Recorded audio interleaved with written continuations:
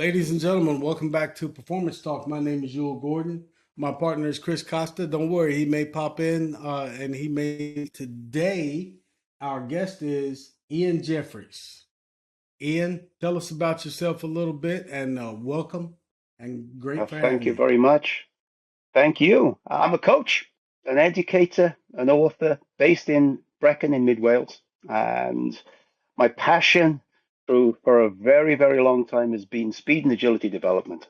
And we've just released through the NSCA and Human Kinetics a book, Developing Speed, which is part of their performance training series. And that will be probably the theme for most of the talk today. Exactly. What we do is, as we're talking here, we're gonna touch on a lot of things.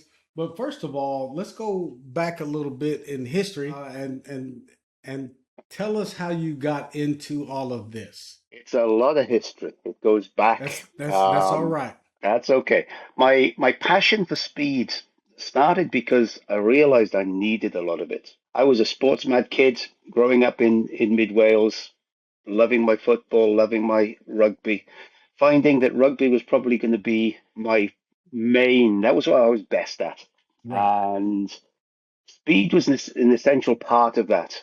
And as I got older, I realized I needed that a little bit more. So started to research how to get faster. But I guess in those days there wasn't a huge amount of information. So I became Right. my own speed lab, trying out every new device, every new training method. And I think Right. that gave me a good grounding in what worked and maybe what didn't.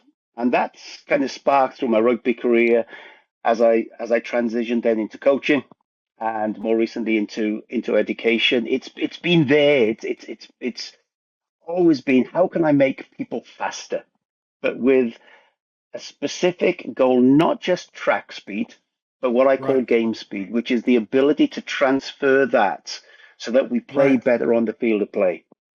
Don't and forgive me for bouncing all over the place because I started and then I just keep doing it. But don't have you noticed that sometimes athletes, linear speed, straight ahead, they seem like they're pretty fast and then they get on the field and it's like they change how they move and Yes, and, and they change how they move and and they end up being much I hate to say you know, physically slower because physically they're not. They just don't apply the same rules in the sport that they do when they're running straight ahead.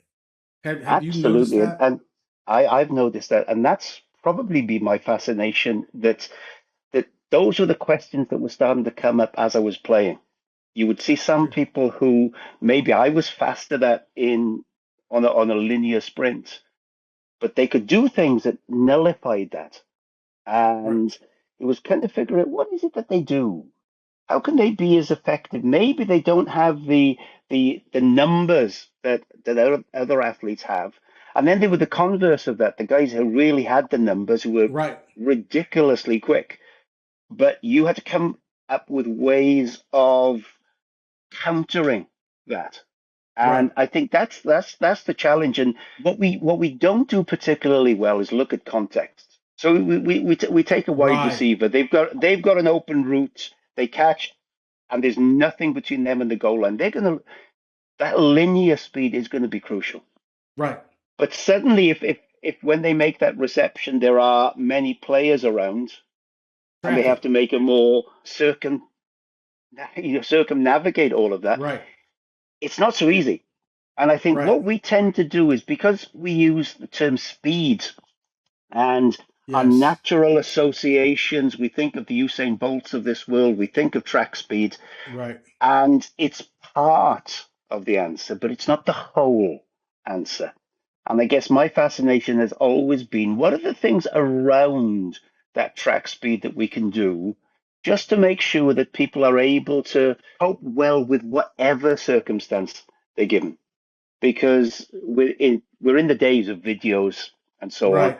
and people will know Folks. what athletes' strengths are, and they Right. will know what their weaknesses are, Right. and these defensive coordinators, they're able to set defensive that act against teams with massive linear speed. Right. Right. The one of the I had an experience with an athlete probably 12 years ago, and he was already fast, linear speed. I mean, and he you know I would say in the top 10% in the country with linear speed, and he was a That's quick. D1 athlete, and you know he was a football player that ran track, and we were looking for an edge in his game. Yeah, And one of the things that I started working on to get him faster was just how he moved, how he decelerated, how he changed direction, how his body position, his hip position, all those things. Because what happened was, and he got quicker. I mean, he got a lot quicker. One of the things that one of the coaching cues that I got away from back then was stick your foot in the ground because it's a break.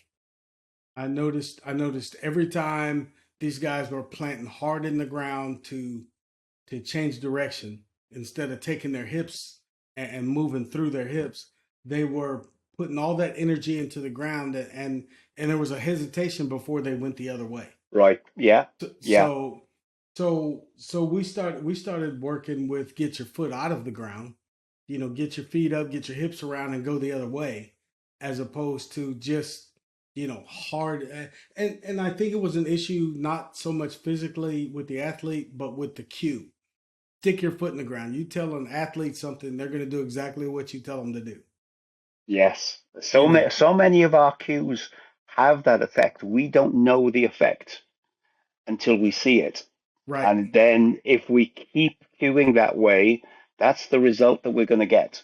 So we right. have to be very creative in realizing the impact of what we say. Yeah, And yeah. it's not always going to be the same with every athlete, No, which is one of those great challenges. We may have a cue that really works with one group, and then for another, it just, oh my God, this right, what have right. I Well, done? what happened? Yeah, I said the same thing I said to that guy. What happened? So yeah, that's it. I agree with you there. But along those same lines, developing speed, I always get either the question or the statement. It's you can't teach speed, or can you teach speed? And I'm like, okay, everybody has a limit, I think so, but how but many actually reach that limit? right, If you take a track sprinter, they will take a number of years before they reach their full speed capacity. exactly, And that's an athlete who trains every day with the single goal of running that 100 meters, 200 meters faster. yes, If they take that much time, can we really say that our rugby athletes, our football athletes, our soccer athletes can't get faster? right, What I've seen over all these years is if we can dedicate some really quality time to speed development, we will make people faster. yeah, I agree with I, you. and again, it goes back. I look at the time I ran when I was 18, and I was running faster at 28 than I was running at 18. And it was all this experimenting I was doing. Did I say I knew what I was doing at that time? Probably Right. not, because we were in the early part. This was the early mid 1980s. Rugby players didn't know what the hell they were doing in those days. None of us did. Uh, I was a no, football player, and I tell you, Ian, I was faster in college as a player than I was in high school, yes, and and and and, and I was significantly faster. And I think one of the big reasons for that is I was significantly stronger and had a lot more leg work in my routine as a college player than I had as a high school player. Everybody wants to look good in high school and just kind of do the weight and all that stuff. But when I focused in on okay, I want to be faster. I'm fairly quick. I move okay, but I want to be top end faster and game faster as far as changing directions and stuff like that. And that's I think what you're saying makes a lot of sense on two fronts. One, we have to remember as coaches, it takes time. it does take time. it takes time, and if you have an athlete that shows some potential, spend the time. Absolutely. And it takes time, but it also requires systematic training, Yes, that's addressing the gaps that they've currently got. So, again, I go back to my experience, very similar to you. I got stronger, I got more powerful, I got faster. But it was the combination of everything right, that made the difference. It wasn't just the weight room work, it wasn't just the plyometric work, right, it was that added in to the technical development of running. And and the combination, I think, made, and it was experiencing that difference right. convinced me that I could help other people go through the same evolution. So But so you're absolutely right. It does not happen tomorrow. We need to have a look, right? What's going to give us the greatest impact? Is it going to be physical development? Is it going to be technical development? Do we just need to apply what we've currently got to various game scenarios? And combining those into a structured program really does make a difference. yeah, that's I have a term that I use with a lot of my athletes. Is called well, I always say trust your training. Don't go don't train, technically how to run and do things specifically to help you improve how you move, and then go into competition and do what you did before because it's more comfortable. You have to learn to trust what you've worked on and Yeah. use that. Do And you ever run and into and that? that's yeah, if you think that ultimately our techniques become habits. Right, Habits take a long time to form. They also take a long time to break. right, So if we have dropped into poor techniques, little things we do with our arms, with our legs, and so on, it's going to take quite a while before that solves. And when we come under competition, when we come under pressure, that's when we will drift back to what we've always done. yeah, So, I this is why I'm passionate about getting a good quality speed program as young as possible into athletes where, okay, it doesn't necessarily need to be highfalutin stuff, but it's just making sure that their technique is good, their postures are good, their arm actions are good, their leg actions are good. They understand why they're doing it, and then we can add the finesse, we can add the engine onto that. But right, if you've got somebody with good fundamentals, they're going to start pretty good. But what worries me is that to me that makes total sense. If you talk to most coaches, they'll say, "Yeah, I'm looking for quick athletes." yeah, But then if you ask those same people, "Okay, do you have dedicated, structured time for speed development?" They kind of yeah, say no. So we've got this contradiction where we say we value speed, but our actions don't back that up. And I right, think that's what's key. I mean, in the UK, if you look at the ability to run quick, good linear speed, changing direction capacities, they're fundamental to so many of the sports that we play. right, But when I ask young athletes that will train, right, have you been taught to run? right. Yes. No. Have you been taught to change direction? No. That's like that to me is like somebody studying maths who hasn't been taught to add up and multiply and subtract. It's kind of crazy. If It's if kind if our physical education is to prepare people for the activities that they've got to do, right. then we seem to have quite big gaps there.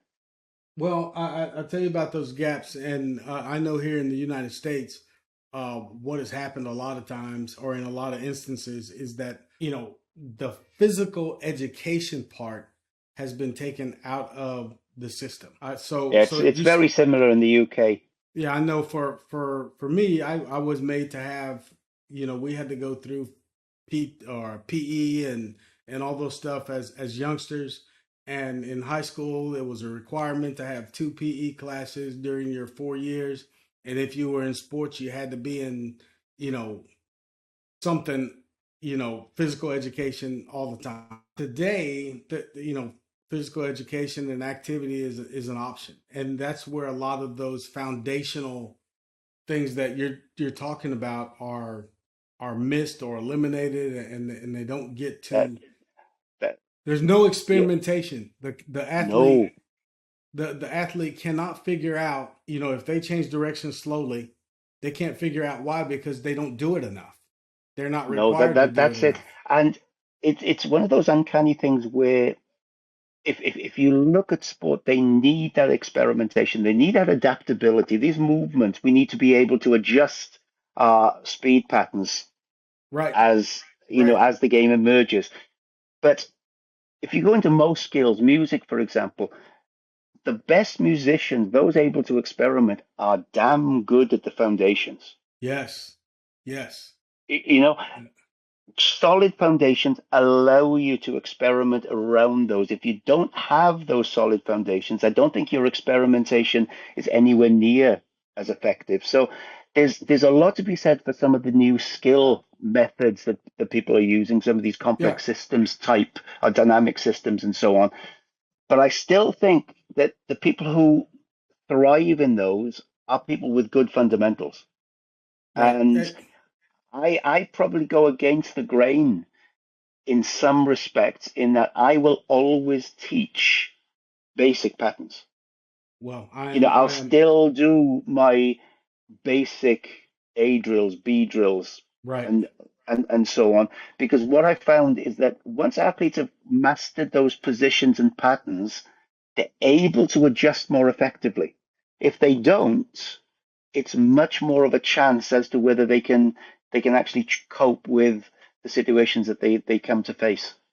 And I just for our audience, those are from my perspective, and just in case you guys haven't picked up, as listeners haven't picked up, we're Ian and I are from the same generation, and we're from the same generation in the thought on how you develop speed and quickness, and that's at the foundational level. Because as he just mentioned, you cannot, from my perspective anyway, you cannot build when the foundation is not solid. No, It, I totally agree with you. so starting at the bottom, man. There are a lot of athletes, especially with the internet today. And I don't, everybody on the internet is not terrible. There's a lot of guys, the internet is terrible. Everybody out there training it are they're not terrible. But when you don't understand what you're looking at, you don't know if what you're thinking about doing is right or wrong. You have no idea if that's foundational work, if that's technical work, if that's, Yeah, what are you doing? I think you're spot on there. And I think there's another layer to it as well. It's whether the exercise is right or wrong, but it's also whether it's right or wrong for you. Right, right. Do you know what we tend to do is we evaluate the exercise. We look, oh, Yes, that looks a good exercise. We'll do that. What right, we're not doing is going back as to why we would be doing it. So I could have one issue that I need to address. I need to then select exercises that help me address that issue. right, Now, these other ones might be fantastic ones. We could have NFL players, NBA players, English Premier League players doing them, right. but it doesn't necessarily make them right for me in what I need at this particular time. Yeah, at the And time, yes. and one of the things I think it comes back to this patience thing. Sometimes it's natural for a coach to think that the more complicated the exercise they use, Right, the better it is. right. And too often we overlook some of the just the very simple skills, the very simple exercises. But One, simple does not make them non-effective. right. Sometimes all we need to do is, right, if an exercise has the required effect, it's a good Pardon, exercise. pardon me. I'm having some technical difficulties here. No problem at all. Okay, I think I ain't gonna touch anything else, but from fear it might fall apart. But anyway, no, it's good to go. I No worries. I bumped my camera there, but yeah, I believe I believe in what you're saying, and I think it needs to be said more. You know, is the exercise appropriate for the athlete, and is it appropriate for what you're trying to accomplish. That's it. And if when you watch the best track athletes in the world, they still do what we would consider as fundamental basic exercises. Do they do Right. their A skips? Yes, they do. Yeah. All the way through because they realize that those skills Right. require honing all the time. And I think what we tend to do with maybe with game players is, oh, we've done that now. We've done that basic stuff. Right. We can move on to some of the really advanced stuff. No, As it's the when it comes to the skill sessions, they still do their fundamentals. right when Quarterbacks throw, receivers catch. yeah, yeah. See, and we don't if we apply that thinking to the physical preparation, I think we as coaches and as athletes trying to get better, we would be a lot we'd be a lot further ahead than sometimes we get. I think so. Sometimes I think we try to we overcomplicate what we do. Right. Keep it simple. Right. Exactly. Easy question. Do your athletes run fast regularly? Because if they If they don't, if they don't, then it's hardly likely that they're going to reach their peak and highly likely that they're going to regress at yeah. some point. And see that last part of that statement, some coaches it's like, and I'll use let's just use basketball for instance. Man, I don't feel like we're running as good as we did up and down the court, at the beginning of the season. We must be worn out. Well, do you run fast often? It's the principle of reversibility. Yeah, If you don't use it, you lose it. that's it. And yes, it's easy to think it's fatigue, and Yeah. sometimes it is. But sometimes if we need to go back into our training diaries and have a look. When was the last time we did Yeah, A, B, C? And if when there are big gaps, if there are irregularities in our prescription, then maybe that's a clue as to why we're not running as well. right, and I feel like especially if I use the other American sport, football, which I think is probably in its demands similar to rugby. Yeah, I, I yeah, I I think we have a tendency later in the season to lighten the load on practice a little bit as competition amps up.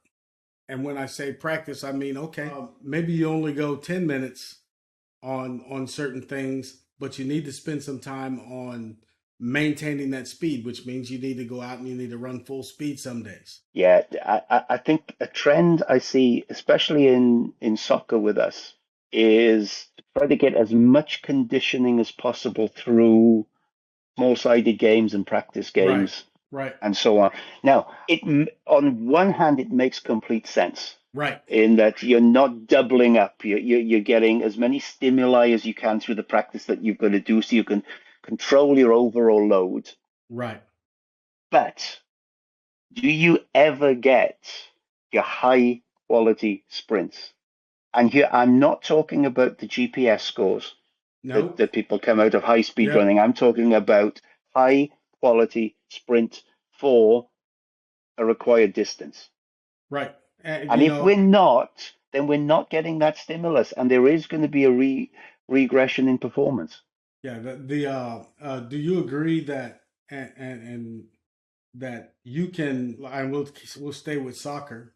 Small sided games. You can get away with those using them for conditioning, but if you want to maintain speed and things like that, you have to line up at the end of the day and go full speed. Yeah, I think you have to add those things in. My Right, personal preference is to do them early when people are fresh, and right, even with some of the what more people would call the agility moves. I think with exercises you can set people up to have to face certain situations.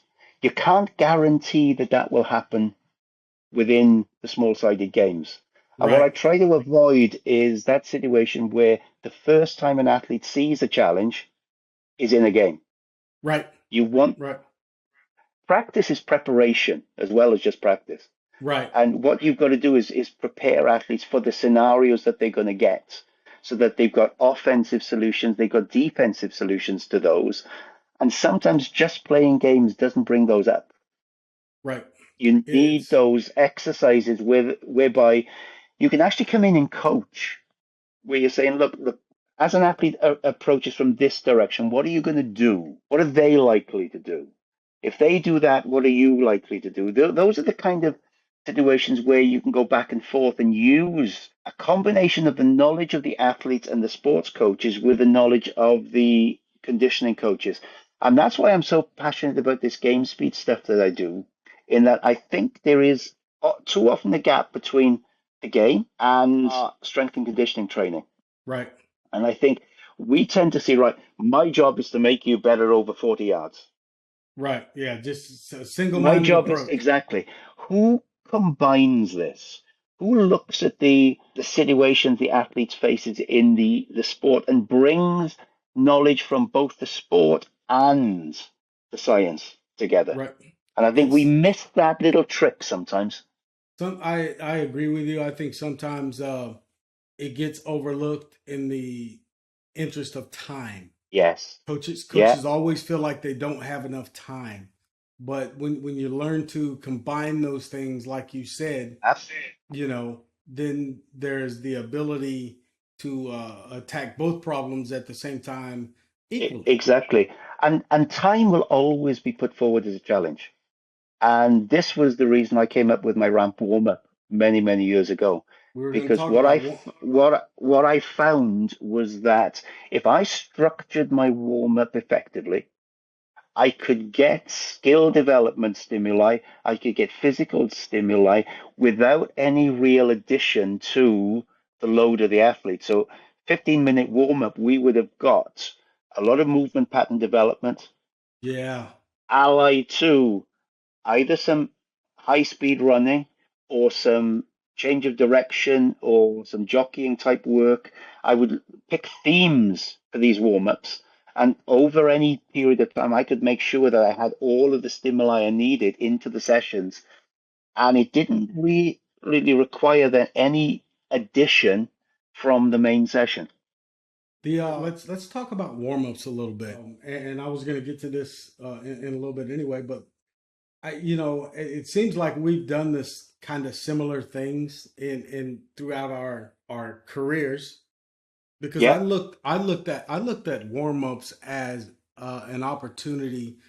Because I always felt like, let me just give you a little background here. I always felt like as a player, it took me longer to kind of get going than other people, and I didn't know, I didn't figure out that it was the warm up. I wasn't warm enough for me, nor as I started coaching, I realized, there's some benefit to doing some technical work in the warm ups and those kind of things and perfecting those things during the warm up. Those are opportunities to coach as opposed to, okay, let's do this exercise, these three exercises, and that. Now we can get to practice. yes, yeah. When I was coaching a lot, I always used to say, if you can tell me when the warm up ends, I haven't necessarily done my job. I wanted a seamless transfer from the early activities right through to the high intensity where almost the game practice could start.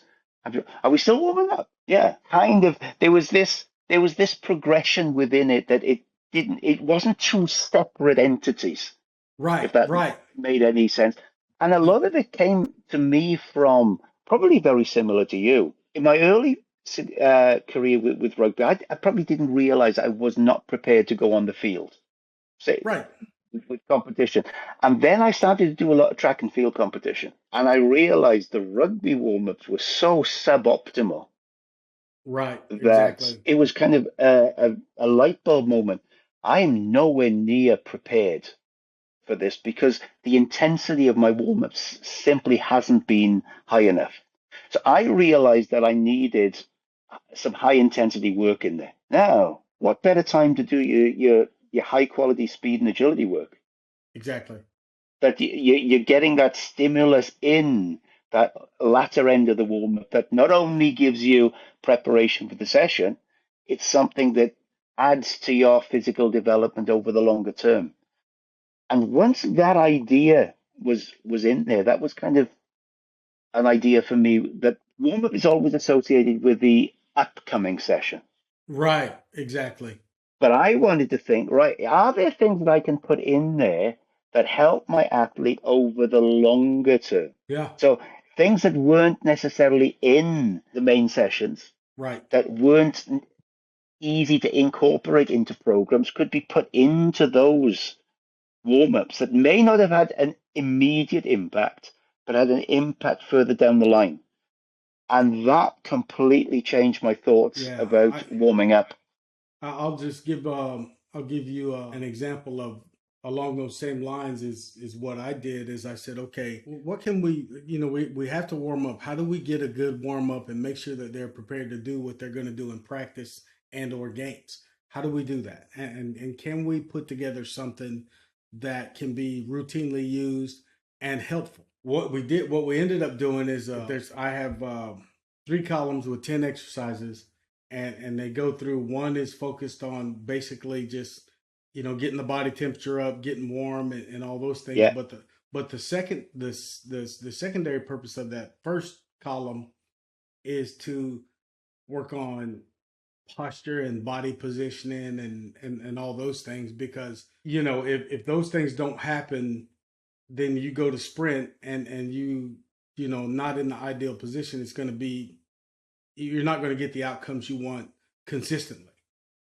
yeah, Now the second part of the second column is the what is referred to as the dynamic stretch by everybody else, but it's stuff like walking lunges and stuff like that, where you just you're saying, okay, we're getting ready to go. The third column is we try to facilitate quick reaction times and quick movements, and getting up on the front half of your feet when you're moving and those kind of things. So we call that movement prep. Okay, we're getting ready to go out yeah, here, but it's all the technical part of posture, arm swing, knee lift, hip position. All of that is part of that piece of the warm up. It consists of what people would call A skips, B skips, all those things that track athletes normally do all the time at the foundational level. So when I hear you talk about warm ups, what I hear is, okay, warm up is not something you do before practice. Warm up is practice. yes, that's it. It's uncanny how similar your process there is to the ramp protocol that I came up with. And it was simply R is the raise. So it's raising the physiological parameters of the body, Okay. increasing blood flow, raising body temperature, and so on. But it's doing it through skills, either Yeah. movement skills or sport skills. So yes, starting at the light intensity, but again, those you can do various themes on it. You can work on lateral Right. movement, backward movement. You can work on very simple sprint drills. I go through my activation and mobilization phase, which is Okay. very similar to your dynamic stretch, which is lunge patterns, squat patterns, brace patterns, reach patterns, and so Right. on. And then we get into what we call the potentiation phase, Yep. which is where we raise intensity, but I tend to have it through themes. So I may have an acceleration theme where we would Okay. start with some technical drills and then progress those to full out sprints, maybe some resisted sprints out of it. I may do some maximum speed. I may do some direction change. May do some jockeying. And over time we just insert those themes so that we get our Okay. regular practice in our speed work, our agility work, and so on. So Yeah. it's almost identical to the system that you come up with. We've just come up with it from different ways. Yeah, and when I tell parents all the time, especially of developmental athletes, 14 to 18, when I'm talking to them, I said, when you're choosing someone to work with, one of the questions that you might want to ask that trainer or that coach is what their feeling is about warm ups prior to practice. Because I've sat and listened to some of the responses. It's like, yeah, we warm up. Okay, well, what do you do? Well, we warm up. Okay, what do you do? And then I tell parents these are the things you should try to listen for. And That's a good. That they're everything you've said. You know, language is very similar, uh, but you want to know that there's a process to and an approach for that coach if you're going to send your child over there or a young athlete into that situation to develop. exactly. And if you just do the very simple maths, is 2 sessions a week, 15 minutes per session. That's half hour a week. That's 2 hours of training per month. Right. Preparation is, warm up is part of the training program. Can we really afford to lose 2 hours of training per month? And And when you're working with in college situations, potentially high school situations, it's even more than that. yeah, That's yeah, a great training resource, and a training resource when the athletes are fresh, yeah, when they're probably mentally ready to receive information. They're right. not in a fatigued state when they come in. I just think it's too good a resource to waste. Yeah, I think thought and some real you know work on a good warm up is one of the things that and I don't teach full time at a college or in an education system, but when I do go in and speak on those kind of things, I try to include the importance of the warm up and why coaches and trainers should spend a lot of time developing those and putting thought in those. And Yeah, it's for the reasons that you just said because those are opportunities to coach. Those are opportunities to exactly. And we just can't afford to waste them. They should be as well planned as the main part of the session. We yeah, can't just put warm up, then a meticulously planned main session. We've just wasted 15, 20 minutes. yeah. And again, when time is something that we want to use as an excuse, there it is. There it is. There it is. Absolutely. Let's let's go into since we've alluded to it a little bit. Let's go into the teaching part for young professionals. Now you've started work or the thing that you're working on now or some of it is in the education of new professionals. Yes.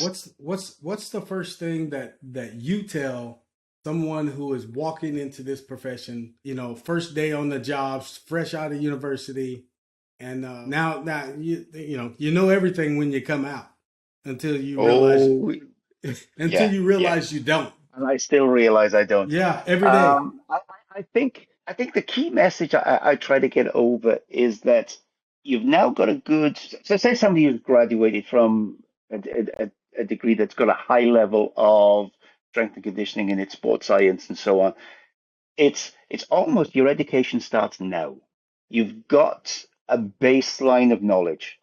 Right, What we now need is to take that up the chain. right, Ultimately, we're after coaching wisdom. And coaching wisdom only comes when you have tried all of these things many, many times. You've found what works for you. You've kind of discarded what doesn't work for you.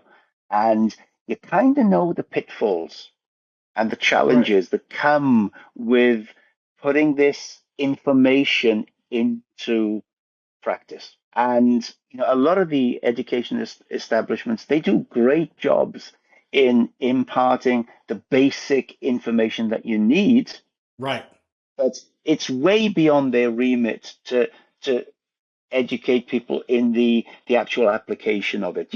right. We need to make sure that that's starting, but ultimately that's an ongoing process. And I don't think we ever stop learning. I think when you do, it's time to retire. Quite And possibly. Maybe some people are saying maybe it's time for me to retire. Who knows? But well, here's my thing. I went from undergrad way back in '85 to a master's degree in 2005, to a PhD in 2023. So there were times Well, when, congratulations. well, I appreciate that, but here's why. And it was almost, I tell people I stumbled into a master's degree and I accidentally got a PhD because it wasn't from me going out and saying, hey, I want to get a PhD because I want to have this title. I just kept going, taking a class, going to this seminar, going and doing that, and going and doing all these things to keep learning, to keep Yeah. learning. And I started this podcast to have professionals on for the same reason. I've sat here and you've seen me turn my head and I write something down because I've learned from you on this show, which I hope everybody does that listens to us. But I've learned from you right now today, so that I can take and go, okay, how does this fit into what I'm doing, and what did Ian say about X that I don't have or that I can use? But what you said there, I think, is the key to the next step of learning, which is how can I use that in my system? I think one of the challenges is if you think at undergrad level, for example, we are encouraged to look at the science, to look at the information, to choose the Right, best option, and so on. right. But the scientific best option isn't always the best option for me in my situation. Exactly, exactly. And that's where your wisdom comes in, where sometimes people will say to me, oh, this seems to be the best exercise. And I said, well, my athletes really struggle with that exercise. They don't like Yeah, it. that, Now, part of yeah, maybe is yeah. encouraging them to experiment with it, Right, but it's not the right answer is for not for me to throw everything I currently do out and take this new way because the science says so. I have to assess, right, what's the likelihood of this working? right. What are the potential implications if the athletes don't take to it? Do I just keep what I'm doing and maybe take a little bit out and add this little bit in and try it out? That's what the textbooks don't necessarily tell you. Right. And And and that's what you can only learn by doing. and God forbid an athlete doesn't like an exercise. Do you just get rid of it? Well, like you just said, maybe you take a little bit out, or maybe you switch it up a little bit Yeah, because you know there's a need. But sometimes maybe you just readdress that later. that's it. All that's saying is that that may not be the right option at this particular time. Right. It doesn't mean that down the line it isn't the right option. But I think science is a wonderful tool, and it's given us so much great information. But it mustn't be the only consideration we have when we decide what's the best thing for us to do at any given time. We've Right. we've got to know our scenario, we've got to know our athletes, we've got to know ourselves before Under we can decide what works best. and I'm gonna go back to this a little bit because I fight some of that with my athletes. I'll get a text message and they'll say, "What do you think about this drill?" Well, I'm looking at a drill that I don't necessarily agree with. How do I tell them, you know, this drill I don't think serves the purpose, yada yada yada, without sounding like I'm just being a curmudgeon, without sounding like I'm Uh, just I'm just an old guy and I don't like the new stuff. I, Some of it I think is when I look at the execution of some of the drills, it's not the drill that bothers me, is that I don't hear the coaching or the technical corrections during that drill that they're showing online. So I don't know. I can't give them an answer on, how I feel about that drill because I don't know how it's being coached or but if you it's see being what coached. what you're doing there is actually giving a reason. And there's a lot of psychological research that says simply giving a reason behind your answer makes it much more effective. So if I just said, you've come to me as the athlete, you said, I've seen this exercise, what do you think? If I just say, useless, that's not a good answer. Right. If I Right. can say, look, I can see what they're trying to do, but I think for it to be effective for you, we would need to do this, this, this, this. Right. Suddenly you've given a far more inclusive answer because you've not just thrown it out, you've actually Right. given the reasons behind your thinking. And so you're almost not calling the exercise bad. You're saying, I don't think it's the right thing for you at this minute because of, which again, you have to have your system in your mind as to Right. what you're trying to achieve in order to do that. Yeah. And I think It's that's how we build our repertoire as coaches. We understand what it is we're trying to achieve, and then we choose from our menu of options how best to do that. And if we see a new great exercise, we think, well, that actually fits. That's a nice option for me to have in this menu. I may not use it that often, right. but it could be that at some point it'll become useful for us. And I then think what is likely to happen then is that we may just adjust it a little bit.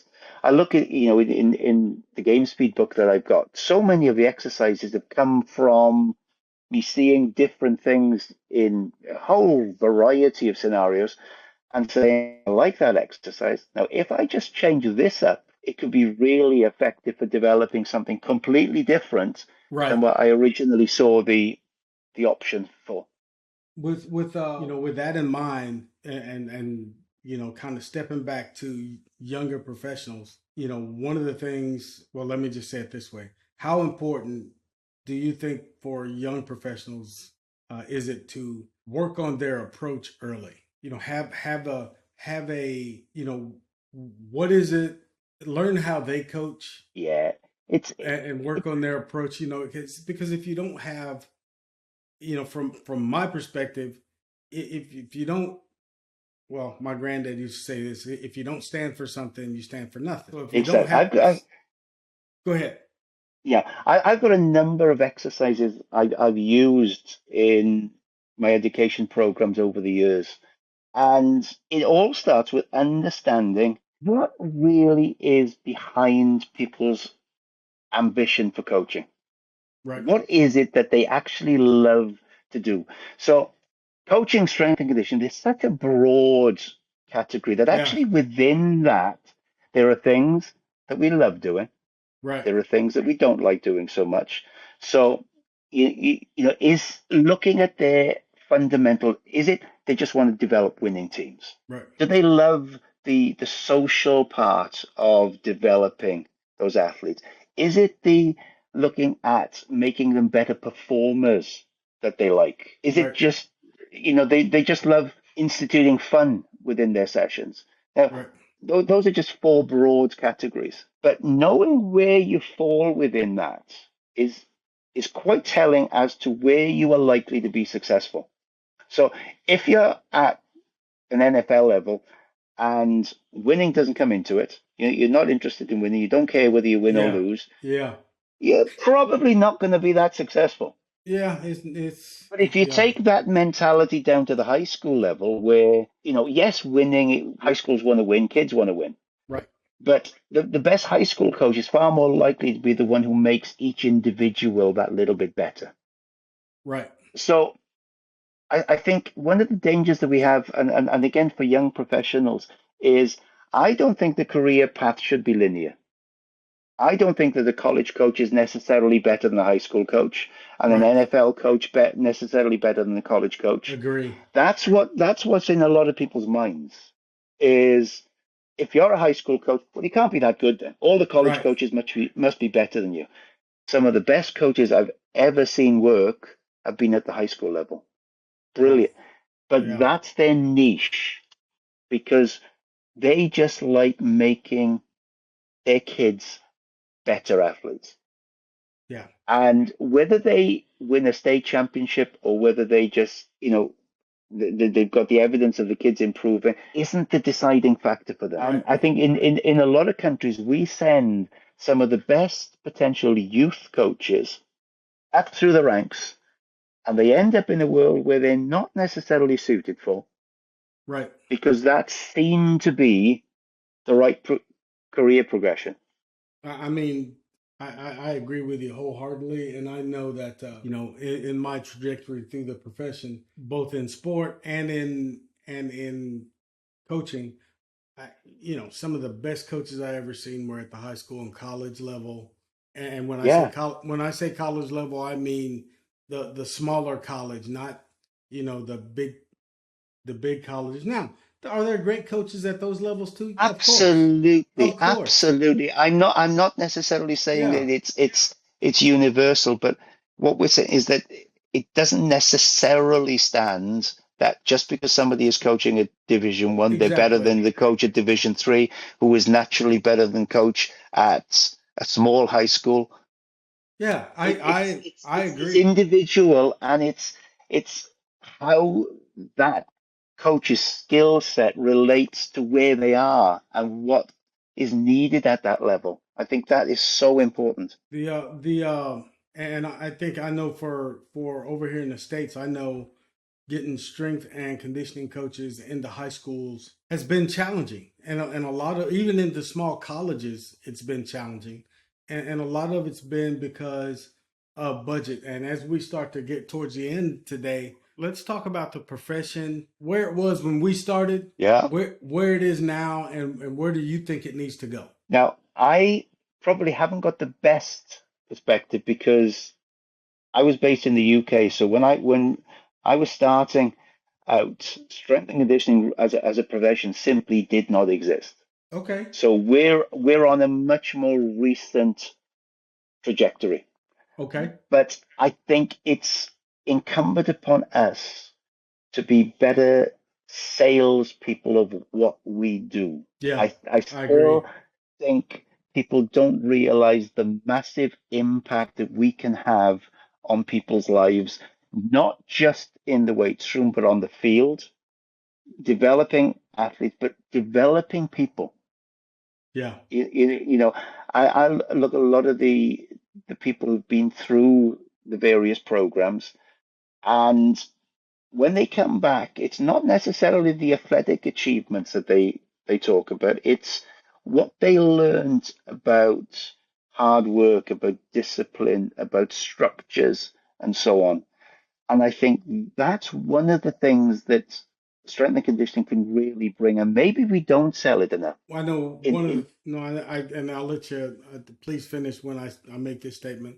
But one of the things that we preach is consistency and persistency. Just because you didn't get the lift that you wanted that day doesn't mean you'll never get it. But if you don't come back and try it, or don't come back to training, then you'll never get it. So you have to be persistent. And then with that persistency, you got to understand that, like we said in the beginning, it takes time. So maybe, maybe your squat wasn't what you wanted today, but if you look back at how you've approached training and you haven't been consistent, you've made maybe one or two training sessions a week, and they weren't on leg day or whatever the case may be, then you got to look at that. And that's kind of one of the things we teach. If you want to get better, you got to be consistent, and then you have to understand that failure is part of the game. You're not always going to reach your goal the first time. Oh gosh, yes. Well, probably both of us have learned that from experience. But those are life skills. What you Yeah, talked about there is consistency and hard work and being persistent. yeah. If every person who came through your program left with those values, I think we'd be in a pretty good place. And to me, that's where the profession, I think we still need to emphasize what we do athletically, how it's important from a safety point of view that we do what we do. But I think as well as that, we're building people. And that if we can get that message through to high schools, to colleges, and so on, hopefully we value that a little bit more. And that may lead then to better job prospects. Who knows? Well, I will tell you what. Let's take this last minute. Tell us about your latest book, any book you want. All right. What you have coming up, how we get it, and those Okay. things. Well, the latest book is the NSCA is developing speed. book, part of their performance training series. And what that's trying to do is put a structure together that people can go through and they'll get the underpinning not information that Okay. leads to speed, but also some practical application. So the idea with it is that it takes you on a journey from the science, and we've got some great scientists Okay. have contributed to it, then through some generic application, very much based around the track model, Okay. Okay. and then we go to look at how game speed varies from track speed. And then we've got at the last chapters, we've got some great practitioners present chapters on American football, soccer, rugby, table tennis, sorry, tennis, and a number of other sports, so that people can look at how they've utilized the information from the first half of the book to design sports specific training programs.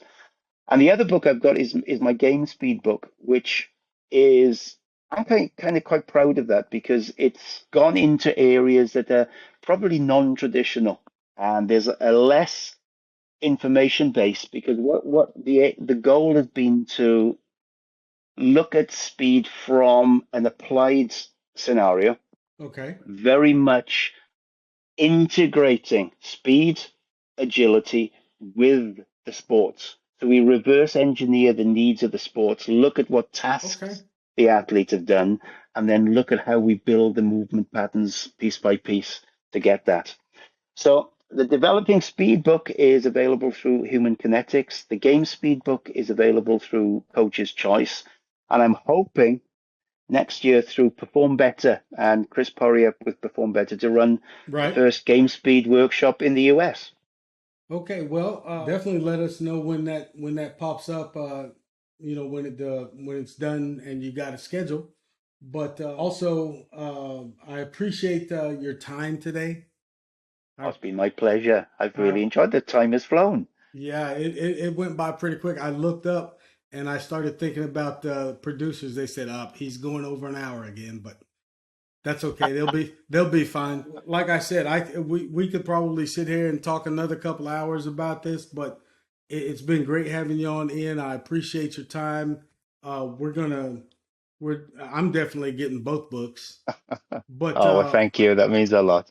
no, that's again, that's one of those things where if I can learn something that's going to help the athletes that I work with, then it's as a professional, it's incumbent upon me to learn it.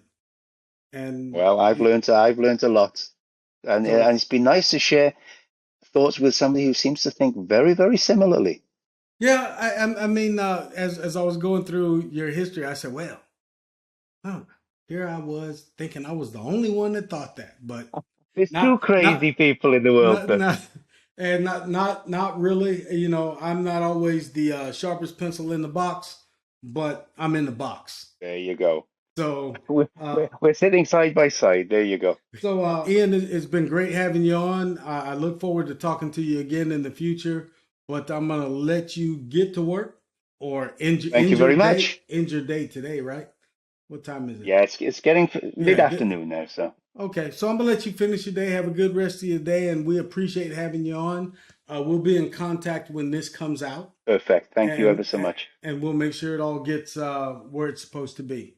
Ladies and gentlemen, it's been Ian Jeffries with Performance Talk, and we're finished today.